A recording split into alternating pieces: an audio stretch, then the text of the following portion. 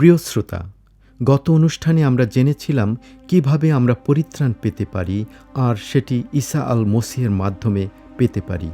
আর এটি পেতে আমাদের কোনো মূল্য দিতে হবে না, কারণ ঈসা আল মসিহ এটি আমাদের বিনামূল্যে দিয়েছেন।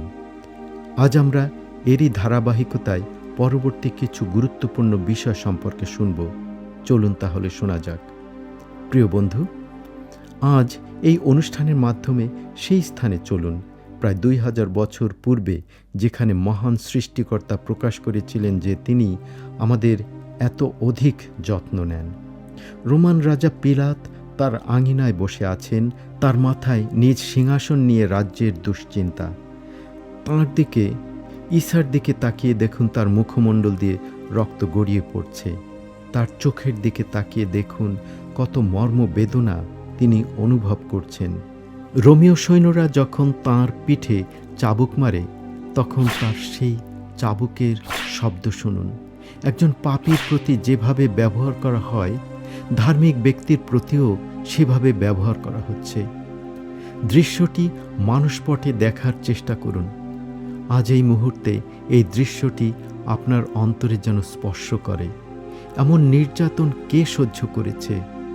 দেখুন, শক্তিশালী রোমীয় সৈন্যরা তাঁর দু হাতে কীভাবে পেরেক ঢুকিয়েছে। তিনি সেই প্রভু যিনি সূর্য, চাঁদ এবং তারকারাজি সৃষ্টি করেছেন, যিনি কালভেরির ক্রুশের উপর ঝুলে আছেন। এই ব্যক্তি কে? এই ব্যক্তি কে যিনি জগতের সমস্ত পাপের ভার বহন করেন? এত গভীর প্রেম থেকে কে আপনাকে দূরে সরিয়ে নিতে পারে? কেউ কি এমন মহান সৃষ্টিকর্তার এই অসীম ভালোবাসাকে উপেক্ষা করে পেছনে ফিরে চলে যেতে পারে? আপনি কি এমন একজন সৃষ্টিকর্তাকে ছেড়ে যেতে পারেন যিনি আমাদের সকলকে এত ভালোবাসেন? এমন একজন সৃষ্টিকর্তাকে কি ছেড়ে যেতে পারেন যিনি আমাদের উদ্ধার করতে চান? কে পারে তার এই অসীম প্রেমকে উপেক্ষা করতে? পাক কিতাব ইঞ্জিল শরীফ এর যোহন 3:16 লেখা আছে, আর সৃষ্টিকর্তা মানুষকে এত মহব্বত করলেন যে তার একমাত্র পুত্রকে তিনি দান করলেন, যেন যে কেউ সে পুত্রের উপর ঈমান আনে সে বিনষ্ট না হয়, কিন্তু আখেরি জীবন পায়। আপনি অনন্ত জীবন বা আখেরি জীবন পেতে পারেন। এই উদ্ধৃতিটি বলে যে কেউ এটি পেতে পারে। এটি বলে না যে এটি একজন ধনী অথবা একজন গরিব লোক পাবে। এই উদ্ধৃতিটি বলে না যে এটি একজন জ্ঞানী অথবা কোনো মূর্খ লোক পাবে। এটি বলে না যে এটি একজন কৃষ্ণাঙ্গ অথবা শ্বেতাঙ্গ লোক পাবে। এই উদ্ধৃতিটি বলে যে কেউ তাঁকে বিশ্বাস করবে সেই অনন্ত জীবন বা আখেরি জীবন পাবে। ঈসা আল মসিহ আমাদের যেভাবে বিনামূল্যে ক্ষমা করেন, একইভাবে তিনি আমাদের বলেছেন আমরাও যেন বিনামূল্যে অন্যদের ক্ষমা করি। ঈসা আমাদের ক্ষমা করেছেন। এর কারণ এই নয় যে আমাদের এটি প্রাপ্য, বরং এর কারণ হল তার অন্তরে সব সময় ক্ষমা বিরাজ করছে। তিনি ক্ষমার সৃষ্টিকর্তা। অনেকদিন পূর্বে রুয়ান্ডায় যে সমস্ত জাতিগত সহিংসতা চলছিল, এমন এক বেদনাদায়ক এবং হৃদয় বিদারক সময়কালে একজন খ্রিস্টান পুরোহিত এবং তার 2 পুত্র জনতার সহিংস আক্রমণে নিহত হন। তার স্ত্রী কোনোভাবে বেঁচে যান। তবে ওই দিনে তিনি আক্রান্ত হওয়ার পূর্বে দেখেছিলেন গির্জার আঙিনায় অন্যান্য অনেক মানুষকে মারা হয়। সেই সময় একজন যুবক চাপাতির আঘাতে তার একটি ছেলেকে মেরে ফেলে। যে যুবকটি তার ছেলেকে মেরে ফেলেছিল, সেই যুবকটি পার্বত্য এলাকায় পালিয়ে যায় এবং লুকিয়ে থাকে। কিন্তু 3 বছর পরে পুরোহিতের স্ত্রী তাকে আবার দেখতে পান। সেই ঘাতক যুবক, যাকে তারই স্বামী তাদের গির্জায় বাপ্তিস্ম দিয়েছিলেন এবং যে তাদেরই গির্জার একজন সদস্য ছিল, তিনি তার প্রতি ঘৃণার পরিবর্তে সৃষ্টিকর্তার প্রেম প্রদর্শন করলেন। তিনি সেই যুবককে বললেন, তুমি অবশ্যই আমার পুত্র হবে। আর তিনি প্রতিনিয়ত সেই যুবককে দেখতে কারাগারে যান এবং তার যত্ন নেন। তিনি প্রতি সপ্তাহে তাকে দেখতে যান। এই যুবকটি আদেলি নামক সেই মহিলাটির ক্ষমা এবং ভালোবাসা অনুভব করে, আর সেই কারণে সেই যুবকের হৃদয় গলে যায়। এর পূর্বে কারো কাছ থেকে এমন ভালোবাসা কখনো পায়নি। প্রিয় বন্ধু, আমরা যখন ঈসা আল মসির কাছে আসি, আমরাও এমন ভালোবাসার অভিজ্ঞতা অর্জন করি যা এর পূর্বে কখনো আমরা পাইনি। যিনি আমাদের জানেন, তিনি আমাদের প্রতি সর্বোত্তম প্রেম প্রদর্শন করেন। তাঁর করুণা ও ক্ষমা এই মুহূর্তে আপনার কাছে পৌঁছে গেছে। পরিত্রাণ এখন আপনার, এটি দাবি করুন। শুনুন পবিত্র আত্মার কিতাব ইঞ্জিল শরীফের প্রকাশিত কালাম 22 অধ্যায় 17 পদ কি বলে। সেখানে লেখা আছে, পাক রূহ এবং কনে বলছেন, এসো। আর যে এই কথা শুনছে সে বলুক, এসো। যার পিপাসা পেয়েছে সে আসুক, এবং যে পানি খেতে চায় সে বিনামূল্যে জীবন পানি খেয়ে যাক।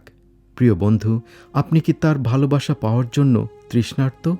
আপনি কি তাঁর ক্ষমা পাওয়ার জন্য তৃষ্ণার্ত? তার করুণা পাওয়ার জন্য তৃষ্ণার্ত? আপনি কি এতটাই তৃষ্ণার্ত যে আপনি তার অনুগ্রহ অধিক থেকে অধিকতরভাবে পেতে চান? আপনি কি সেই ক্রুশের তলে এসেছেন যেখানে সেই পাপের সমস্যা একেবারে চিরতরে সমাধান করে দেওয়া হয়েছে? তাহলে আপনি এই মুহূর্তে কেন তার কাছে আসছেন না?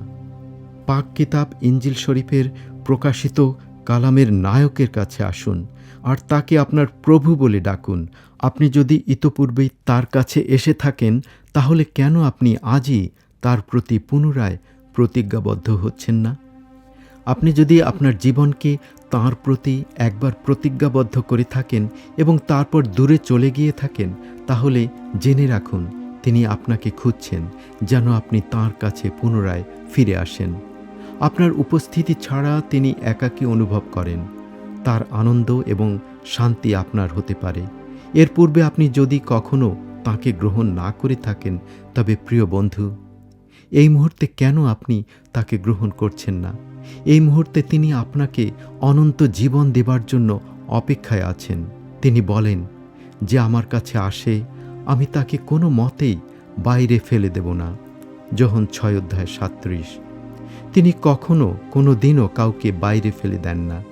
তাহলে প্রিয় বন্ধু, আমরা যখন প্রার্থনা করব, তখন আপনিও কেন বলছেন না, হ্যাঁ প্রভু, আমি আসছি তোমার কাছে। প্রিয় বন্ধু, আসুন আমরা মোনাজাত করি। মহান সৃষ্টিকর্তা, আমরা তোমার ধন্যবাদ করি যে তুমি আমাদের এই সুন্দর পৃথিবীতে এখনো বাঁচিয়ে রেখেছ। পৃথিবী আজ ভয়াবহ অবস্থার দিকে চলে যাচ্ছে। চারিদিকে মানুষের দুঃখ দুর্দশার আর রোগ শোকজনিত আর্তচিৎকার। পৃথিবীতে আজ যে সমস্ত ভয়ঙ্কর ঘটনাগুলো ঘটছে, তাতে মানুষ অত্যন্ত আতঙ্কিত। আর আমরা জানি এই পরিস্থিতি হলো শেষকালের লক্ষণ। কারণ নাজাতদাতা ঈসা আল মসি তার দ্বিতীয় আগমনের লক্ষণ সম্পর্কে যে চিহ্নগুলো বলেছেন, তার মধ্যে এটি একটি। লোকলিখিত সুখবর বার্তা 21 অধ্যায় 26 পদে তিনি বলেছেন, ভয়ে এবং ভূমণ্ডলে যাহা যা ঘটিবে তাহার আশঙ্কায় মানুষের প্রাণ উড়িয়া যাইবে। আজ পৃথিবীর সমস্ত ভয়ানক ঘটনাগুলো দেখে সত্যি আমাদের প্রাণ উড়ে যাচ্ছে। আমাদের জীবন আজ পাপে পরিপূর্ণ। এ জীবন আজ ভয়ানকভাবে অনিশ্চিত হয়ে পড়ছে। হে প্রভু, জীবন থাকতে থাকতেই আমার এই জীবন তোমাকে দিতে চাই। তুমি এই পাপময় জীবনকে গ্রহণ করে আমায় খাঁটি ও পবিত্র করো, যেন আমি তোমার বিনামূল্যে দেওয়া উপহারটি গ্রহণ করে পরিত্রাণ পেতে পারি। আমি তোমাকে গ্রহণ না করে আমার আখেরি জীবন হারাতে চাই না, এবং তোমাকে গ্রহণ করে যেন আমি আমার আখেরি জীবন নিশ্চিত করতে পারি। আজ এই মুহূর্তে আমি তোমাকে ব্যক্তিগত নাজাতদাতা হিসেবে গ্রহণ করছি। আজ থেকে তুমি আমাকে চালাও। এই মোনাজাত নাজাতদাতা ঈসা আল মসির নামে চাই। আমেন।